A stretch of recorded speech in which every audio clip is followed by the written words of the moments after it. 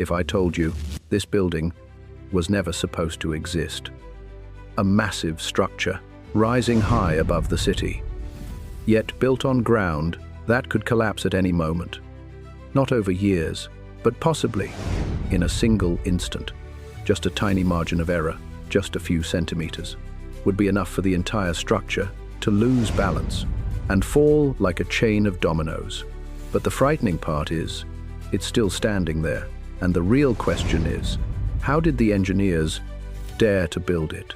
What made them believe that something like this could actually stand?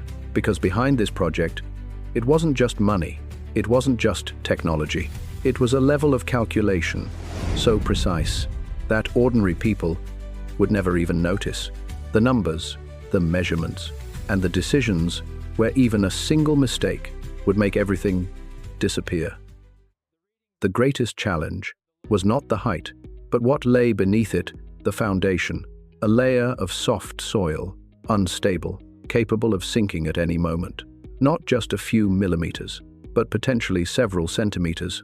In a very short period of time, at heights of hundreds of meters, even the slightest shift underground would be amplified dozens of times above.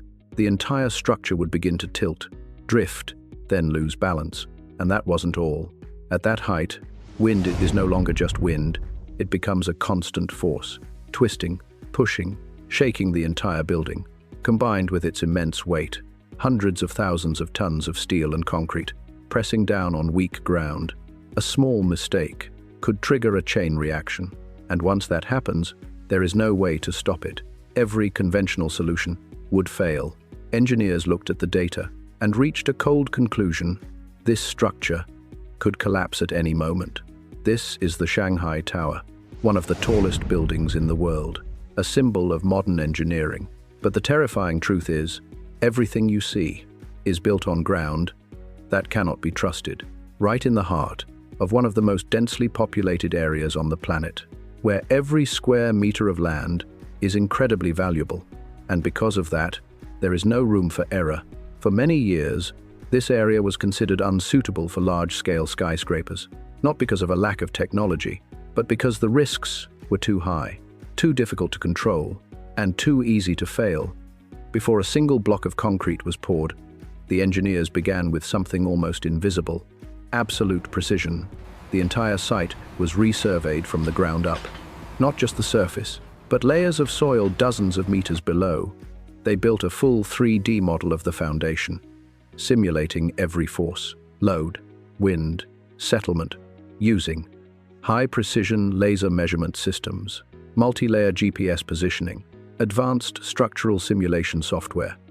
Every foundation point was marked with near-zero tolerance, not centimeters, but millimeters, because they knew, at this scale, a small deviation underground would become a massive deviation at the top of the building, and once that happens, there's no way to fix it.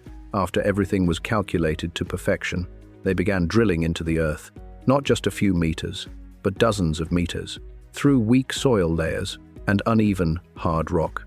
Massive drilling machines worked non-stop, creating enormous shafts deep underground.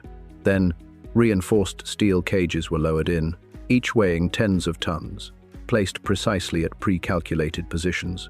And then the concrete was poured, continuously, day and night, to ensure a solid, monolithic structure. No weak points, no gaps, hundreds of such piles, connected together, forming a massive foundation system, hidden deep beneath the surface. You can't see it, but it is this that holds the entire building upright. The structural components of the building were not constructed directly on site. They were prefabricated in factories located hundreds of kilometers away. Each steel section, each concrete module, was manufactured with extreme precision, then transported to the construction site in separate segments. But the problem was, their size was enormous, too heavy, too bulky, impossible to assemble in conventional ways. There was no space, no margin for error, so they had to be erected in mid-air, at heights of hundreds of meters, where everything becomes harder to control than ever. Massive cranes began operating, lifting structural sections weighing thousands of tons, slowly raising them into the sky. Every movement had to be absolutely controlled. Below, hundreds of workers were operating. Above, an open void with no support. And then, what they feared most happened. The wind began to shift, not a massive storm, but swirling gusts, unstable, unpredictable. The steel sections began to sway slightly, then more violently. The lifting process started to lose stability. Just a small deviation, a tilt of a few degrees, would be enough for the entire structure to collide, break, or fall. And if that happened, it wouldn't just mean material loss. It would mean losing the entire timeline, months of work, gone in seconds. Even when successfully lifted into place, the real challenge had just begun. Each structural segment had to fit together with absolute perfection. No tolerance for error, no second chances. Engineers continuously monitored load distribution, stress points, vibration and oscillation. Everything was tracked in real time. Every millimeter, every smallest movement was recorded, because at this height, a deviation of just 1-2 centimeters is no longer small. It can alter the entire balance of the building, shifting force distribution, creating uneven stress, and ultimately triggering a cascading collapse. This was no longer just construction. It was a constant act of balance between forces, between wind and the limits of human capability. Just when everything seemed stable, when the structures had been placed in position, when every number was within safe limits, that's when the worst began. There was no cracking sound, no visible warning. But the data started to change. A small deviation appeared in the monitoring system, invisible to the naked eye. No one could notice it without instruments. But to the engineers, it was the most dangerous sign. Load indicators began to shift slightly. Vibrations increased. A portion of the structure was taking more stress than expected.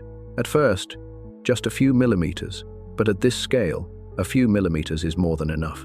Over the course of a single night, that deviation spread, silently, gradually, but unstoppable. And if it continued, the entire structure could lose balance, then collapse. In a chain reaction, the engineers had no choice. They halted all operations. Not a single component was added. Not a single movement was allowed to go wrong. The entire project paused. All data was reanalyzed from the beginning. Every model was run again. Every assumption rechecked. They adjusted the smallest factors: tension within steel structures, angles between connection joints, load distribution across the entire system, not by intuition, but by numbers, accurate down to the millimeter. This process didn't take hours. It took weeks. Each day, they could only fix a very small part, but each part determined the survival of the entire structure. Every millimeter was brought back into place, every deviation eliminated, until every number returned to perfection, every force balanced, and the structure stood firm once again. That moment was more than just completion. It was something far greater, a victory over limits they themselves once doubted. No fireworks, no grand spectacle, just people standing still, looking up at what they had created, a massive building that once stood on the edge of collapse. Some engineers said nothing. They simply stared, as if making one final check, whether it truly stood firm. Others exhaled in relief. Handshakes followed. No words needed, just silent understanding, slow nods, and then applause. Not loud, not overwhelming, but enough to fill the space.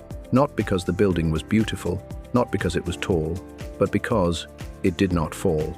After everything that had happened, it was still standing. Before this, the area had long been considered limited, not for lack of ambition, but because the risks were too great. No one wanted to build on ground that could betray them at any moment. But now, everything had changed. It wasn't just a building that appeared, it was a new standard. An old boundary had been broken. Things once thought impossible had become a new starting point. This is not just a structure, it is a statement that humans can control what once seemed uncontrollable, can build, even on the weakest foundations, and turn risk into something that can be calculated. They said it was impossible. too dangerous, too risky, too unrealistic. But they started anyway. And more importantly, they didn't stop, even when everything nearly collapsed. Even when the data said they should walk away. They kept going, not because of luck, but because they understood something simple. Limits are not something that truly exist. They only exist until someone pushes past them. If you were standing there, watching every number turn against you, knowing that a single small error could bring everything down, would you keep going or would you stop? And more importantly, would you believe in yourself enough to see it through to the end?